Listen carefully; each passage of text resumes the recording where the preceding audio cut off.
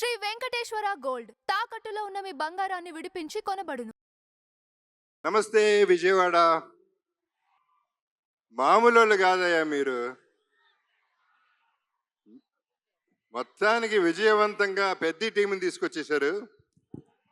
Ram చరణ్ని తీసుకురాగలిగారు. Mainly thanks to MP గారు. ఇంత short టైంలో ఇంత చాలా బాగా ఆర్గనైజ్ చేసినందుకు we are very very happy. 1962 Benz circle దగ్గర సరోజినీదేవి హాస్పిటల్లో నేను పుట్టాను. అప్పుడు బెజవాడ. సో బెంజ్ సర్కిల్ నాకు బాగా తెలిసి అప్పుడు వాకింగ్ స్ట్రీట్ అయి ఉండేది. ముంత కింద పప్పు, గవర్నర్ పేటలో ముంత కింద పప్పు ఇవన్నీ తిని ప్రతి హాలిడే ఇక్కడ ఎంజాయ్ చేసినాడిని, మీతో పెరిగినాడిని, మీతో ఉన్నాడిని, మీతో ఉండిపోయేవాడిని. నేను ఇక్కడ పుట్టింది ఎంత వాస్తవం. పెద్ది అనే సినిమా ఇండస్ట్రీకి, డిస్ట్రిబ్యూటర్స్కి, ఎగ్జిబిటర్స్కి, మాకు ఆర్టిస్టులకి, మీ అందరికీ పెద్ద దిక్కు అవుతుంది. ఇది వేరే రేంజ్కి వెళ్ళిపోయే సినిమా. అందరూ గట్టిగా ఊపిరి పీల్చుకునే టైం, అందరూ ఆకలి, అందరు దాహం తీర్చే టైం ఇది. నాకు కూడా, ఎందుకంటే నాకు మంచి క్యారెక్టర్ వచ్చి 8 ఏళ్ళు అయింది. అంటే అరవింద సమేత తర్వాత పెద్దిలో నా క్యారెక్టర్, నాకు బుచ్చిబాబు నన్ను ఎలా ఊహించాడో నాకు తెలియదు, కానీ అప్పలసూరిగా నాకు తెలిసి ఇదే నా బెస్ట్ క్యారెక్టర్ అవుతుంది. సినిమా కూడా బెస్ట్ సినిమా అవుతుంది. ఇక రామ్ చరణ్ మెగా పవర్ ఏంటో ఈ సినిమాలో చూపిస్తాడు.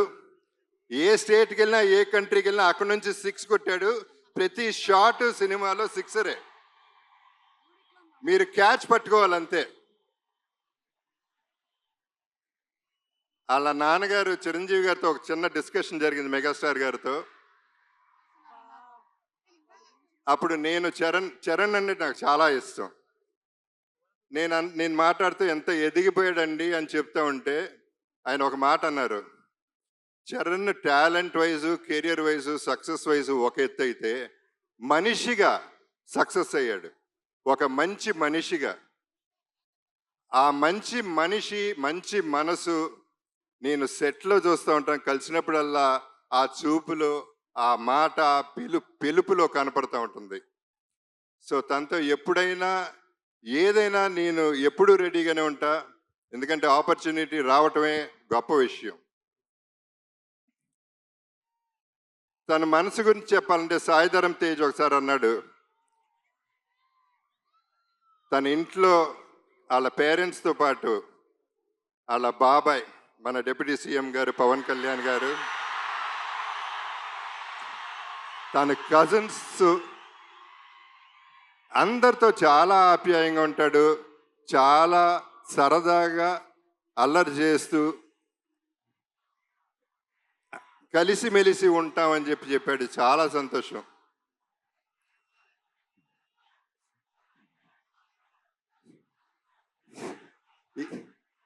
ఈ పర్టికులర్ సినిమా గురించి నేను ఎక్కువ చెప్పదలుచుకోలేదు, ఎందుకంటే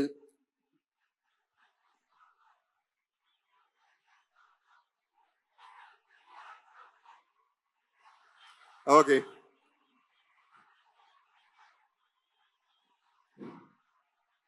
ఇక మా బుచ్చిబాబు పోర్టబుల్ సైజులో, బఠానీ సైజులో ఇంత ఉంటాడు. తనలో ఎంత బుర్ర ఉందో, ఎంత టాలెంట్ ఉందో, అన్బిలీవబుల్ టాలెంట్ ఉంది, అన్లిమిటెడ్ టాలెంట్ ఉంది. Is unstoppable also. తను పోర్టబుల్ ఎందుకన్నానంటే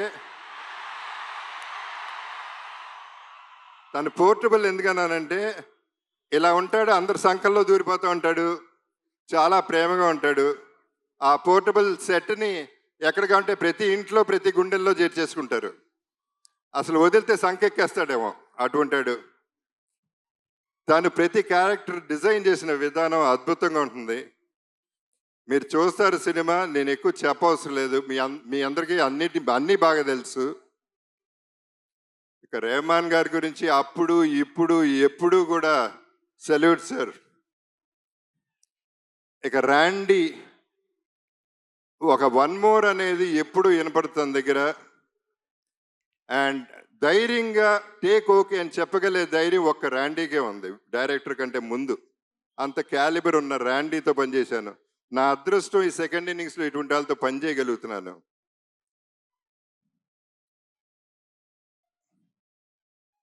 జాన్వి మీలాగానే నేను ఫస్ట్ టైం ఇక్కడ కలిశాను. సినిమా చేశాం కానీ నేను కలవలేదు ఎప్పుడు. శ్రీదేవి గారు నాన్నగారు సినిమాలో చేశారు కానీ ఆవిడ తెలుసు కానీ ఈవిని కలవలేదు. కానీ శ్రీదేవి గారు ఎక్కడున్నా ఈ జర్నీ అంతా ఎంజాయ్ చేస్తూ ఉంటారు. లుకింగ్ అట్ జాన్వి, మనందరం ట్రైలర్ చూసాం, ఎంత బాగుందో ఎంత బాగా చేసిందో మీ అందరు చూశారు. God bless everybody. సతీష్ గారు,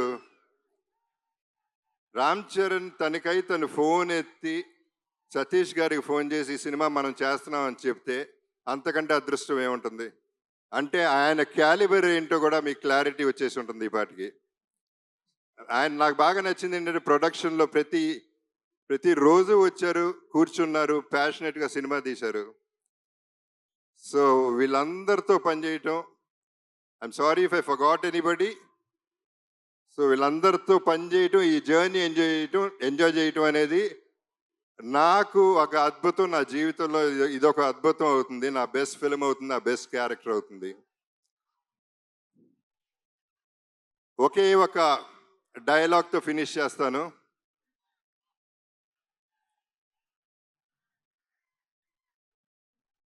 ఆఖరికి వచ్చను కూడా ఒంట్లో దాచుకుని బతకాలంటారా దీని అమ్మ బతుకు. మీ అప్పల సూరి.